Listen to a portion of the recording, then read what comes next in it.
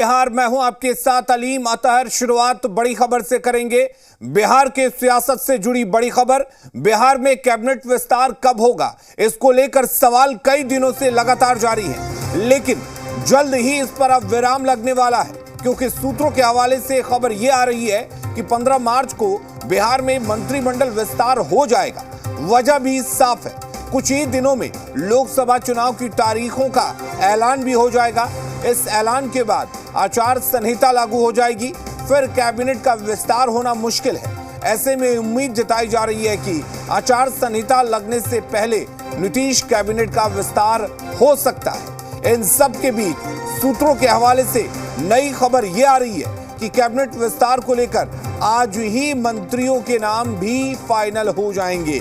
लेकिन सवाल फिर भी ये है कि आखिर इस कैबिनेट में किस किस को जगह मिलेगी, कौन नई कैबिनेट में शामिल होंगे, क्या नए चेहरों को इसमें मौका मिलेगा, किस तरह का जातीय समीकरण साधने की कोशिश की जाएगी, ये तमाम सवाल हैं।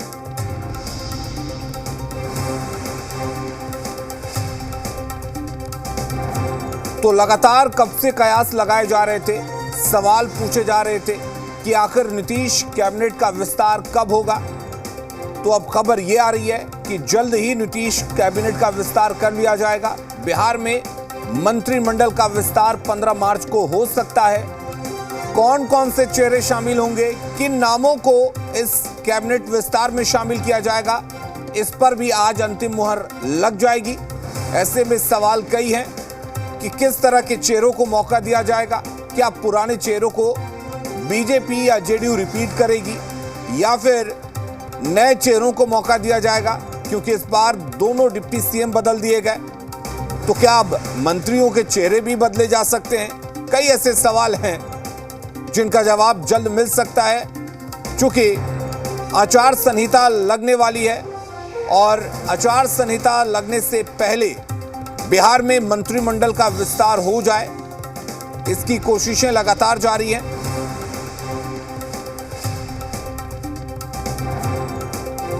तो ऐसे में आचार संहिता से पहले बिहार में मंत्रिमंडल के विस्तार की खबरें एक बार फिर से आई हैं। सूत्रों के हवाले से बड़ी खबर हम आपको बता रहे हैं कि 15 मार्च को बिहार में मंत्रिमंडल का विस्तार हो सकता है।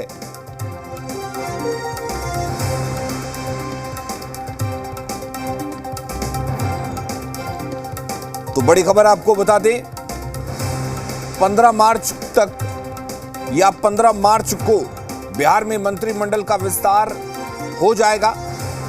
ऐसी जानकारी मिल रही है कि आज उन नामों पर भी पूरी तरह से मंथन कर लिया जाएगा, यानी कि नाम कौन कौन से होंगे जो नए मंत्री बनेंगे, उन नामों पर विचार विमर्श लगातार किया जा रहा है, लेकिन वो नाम भी आज फाइनल हो जाएंगे। रुपेंद्र हमारे साथ जुड़े हुए इस खबर पर और ज्यादा जानकारी के लिए। रुपेंद्र, सवाल यही है कि क्या ये मान लिया जाए कि आचार संहिता से पहले मंत्रिमंडल का विस्तार हो जाएगा, क्योंकि मंत्रिमंडल के विस्तार को लेकर विपक्ष भी लगातार सवाल खड़े कर रहा है, कई तरह की बातें की जा रही हैं, लेकिन क्या ये माना जाए कि अब उन तमाम चीजों पर विराम लग जाएगा? देखिए, तमाम चीज़ों पर विराम लग जाएगा, बहुत ही जल्द लग जाएगा, जिसके संकेत दोनों डिप्टी सीएम ने दे दिया है। विजय सिन्हा ने साफ तौर पर कहा कि जल्द हो जाएगा मंत्रिमंडल का विस्तार, तो सम्राट चौधरी ने कहा था कि मुख्यमंत्री जी के आने के बाद इस पर जो है वो निर्णय ले लेंगे। तो साफ तौर पर कहा जा सकता है कि जो संकेत मिल रहे हैं उसमें 15 मार्च तक मंत्रिमंडल विस्तार की पूरी संभावना है। दूसरी चीज़ करें, क्योंकि लगातार ये खबरें आ रही हैं कि 16 मार्च तक जो है आचार संहिता लागू हो जाएगा, यानी कि आचार संहिता लागू होने से पहले बिहार में मंत्रिमंडल का विस्तार हो जाएगा। और ख़ास तौर पर मंत्रिमंडल विस्तार के लिए तमाम प्रक्रियाएं, जो कौन कौन मंत्री बनेंगे, कौन नहीं बनेंगे, क्या जातिगत समीकरण होगा, उसका क्या लोकसभा चुनाव में कितना फ़ायदा मिलेगा, और उसके बाद, क्योंकि उसके बाद विधानसभा चुनाव है बिहार में, तो 1 साल बाद उसका क्या फ़ायदा मिलेगा, ये तमाम चीज़ों पर ध्यान रखा गया है।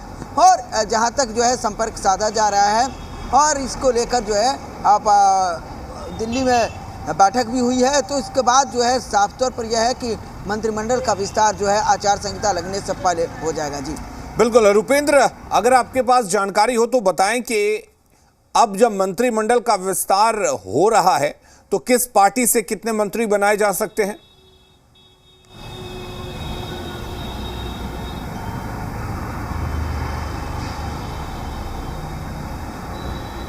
रुपेंद्र, क्या अब तक हमारी आवाज पहुंच रही है?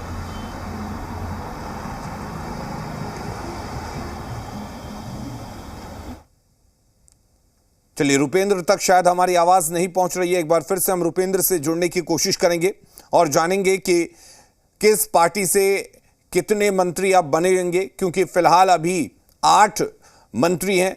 3 बीजेपी कोटे से मंत्री बनाए गए हैं, 3 जेडीयू कोटे से बनाए गए हैं, 1 हिंदुस्तानी अवाम मोर्चा से है और 1 निर्दलीय विधायक को मंत्री बनाया गया है। तो कितने मंत्रियों को किस पार्टी से शामिल किया जाएगा, ये भी देखने वाली बात होगी। हमारे साथ जुड़े हुए हैं रुपेंद्र एक बार फिर से। रुपेंद्र, हम ये जानना चाह रहे थे कि अब जब ये कहा जा रहा है कि मंत्रिमंडल का विस्तार हो रहा है, फिलहाल नीतीश कैबिनेट में 8 मंत्री हैं, तो और जो मंत्री शामिल किए जाएंगे वो किन पार्टी से कितने मंत्रियों को शामिल किया जा रहा है? देखिए, पार्टियों की बात की जाए तो पार्टी में जिस तरह से हिंदुस्तानी अवाम मोर्चा है, तो हिंदुस्तानी अवाम मोर्चा से 1 मंत्री मिल चुके हैं।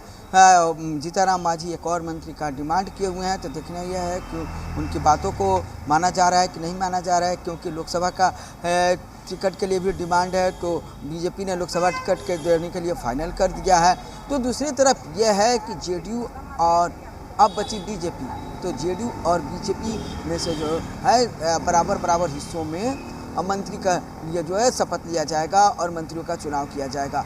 और कुल मिलाकर देखा जाए तो 25 से 26 मंत्री जो है मुख्यमंत्री नीतीश कुमार के मंत्रिमंडल में हो सकते हैं। वो ये आंकड़ा हो सकता है 30 भी पहुंच जाए, लेकिन उससे कम 25 से 26 के आसपास अभी जो है संभावनाएं जताई जा रही हैं कि इतने मंत्री होंगे और दोनों पार्टियों में जो है बराबर के हिस्सों में बांट दिया जाएगा। खासतौर पर एलजेपी की बात की जाए तो एलजेपी से विधायक है नहीं, तो उसको लेकर अभी कुछ कहा नहीं जा सकता है। चाहे उपेंद्र कुशवाहा के पार्टी से कोई विधायक नहीं है तो उसको लेकर कुछ नहीं कहा जा सकता है। जो बातें हैं वो जेडीयू और बीजेपी के बीच में होंगी। और अब जो है जीतनराम मांझी का जो डिमांड है, तो देखिए उस डिमांड में फिर फिट बैठते हैं कि नहीं बैठते हैं, क्योंकि इससे पहले भी डिमांड उनका पूरा किया गया है। खुद संतोष सुमन जो जीतनराम मांझी के बेटे हैं वो बीजेपी के कोटे से एमएलसी बने हैं, खुद बीजेपी के कोटे से वो मंत्री हैं। तो ये देखना है, लेकिन कुल मिलाकर जो है बीजेपी और जेडीयू के बीच की बात है और जो भी मंत्री बनेंगे वो बीजेपी और जेडीयू से ही बनेंगे। रुपेंद्र, जिस तरह से इस बार दोनों उप मुख्यमंत्री बीजेपी से जो बनाए गए उनके चेहरे बदल दिए गए, सम्राट चौधरी, विजय सिन्हा को मौका दिया गया, क्या ऐसे में जब मंत्रिमंडल का विस्तार होगा तो पुराने चेहरों को बीजेपी रिपीट करेगी या फिर नए चेहरों को मौका दिया जाएगा? देखिए, जहाँ तक पुराने और नए चेहरे की बात की जाए तो जो 8 मंत्री हैं उसमें बीजेपी ने किस तरह से चीज़ों को दिखाया है। पुराने चेहरे और नए चेहरे, पहले जो उप मुख्यमंत्री थे उन्हें हटाकर नए चेहरे जो पहले मंत्रिमंडल में मंत्री थे, नेता प्रतिपक्ष थे, उन लोगों को लाया गया, उप मुख्यमंत्री बनाया गया। अब जो है नया जो मंत्रिमंडल होगा वो बीजेपी से हो या जेडीयू से हो, उसमें पुराने चेहरे भी दिखाई देंगे और नए चेहरे भी होंगे। तो साफ तौर पर जो है, क्योंकि चुनाव लोकसभा का है, उसके बाद विधानसभा का चुनाव है, तो तमाम चीज़ों को देखते हुए इस तरह की जो है मंत्रिमंडल का गठन होगा और उसमें पुराने और नए चेहरे दोनों शामिल दिखेंगे।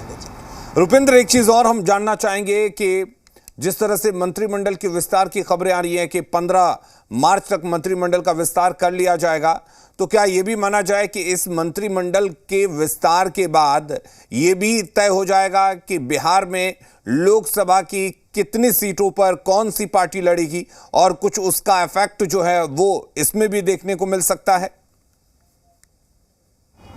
देखिए, लोकसभा में कौन सी पार्टी कहाँ लड़ेगी इसका फैसला लगभग बीजेपी और जेडीयू के बीच में हो चुका है। अब बात जहाँ तक है वो पशुपति पारस जो रामविलास पासवान के भाई हैं और चिराग पासवान जो रामविलास पासवान के बेटे हैं, उनके बीच का मामला है और उसे बीजेपी सुलझाने में लगी हुई है। बीजेपी ने कहा है कि जिस तरह से दोनों अलग अलग पार्टियां बनाए हैं वो दोनों एक हो जाए, लेकिन पशुपति पारस इसके लिए तैयार नहीं है। चिराग पासवान का डिमांड जो है काफ़ी अधिक है, बीजेपी उस डिमांड को पूरा करने को तैयार नहीं है। तो खास तौर पर देखा जाए यहीं फंसा हुआ है पेच। उपेंद्र कुशवाहा से बात हो चुकी है और उपेंद्र कुशवाहा के साथ जो है संजय जायसवाल को लगाया गया था कि वो उपेंद्र कुशवाहा से बात करेंगे। संजय जायसवाल बातचीत पूरी करके बिहार लौट आए हैं। तो वहीं जीतनराम मांझी से के साथ नित्यानंद राय जो केंद्रीय गृह राज्य मंत्री हैं उनको लगाया गया था।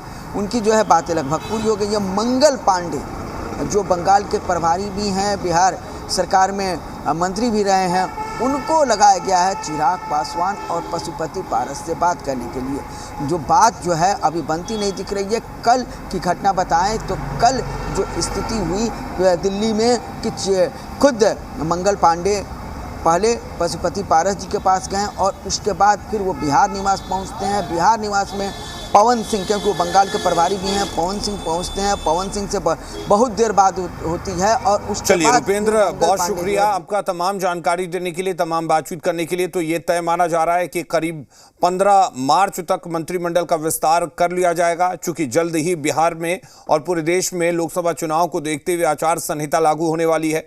तो ऐसे में ये उम्मीद जताई जा रही है कि आचार संहिता लगने से पहले ही बिहार में मंत्रिमंडल का विस्तार हो जाएगा।